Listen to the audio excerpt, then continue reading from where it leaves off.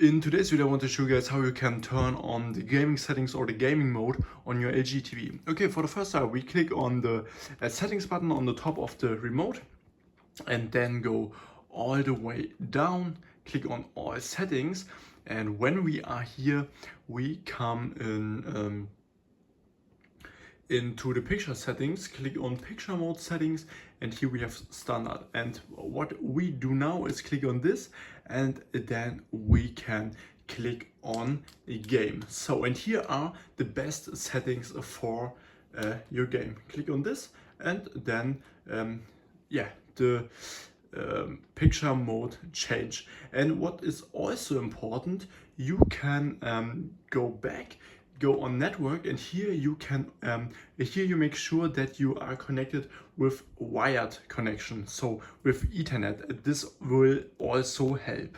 And make sure when you are on general that you have turned the echo mode off like this. And when we go up to picture again, make sure that you have the energy saving mode off. This is also really important. If I could help you with the video, then please leave a like and subscribe. If not, write down in the comments, we'll find the solution, and then see you next time.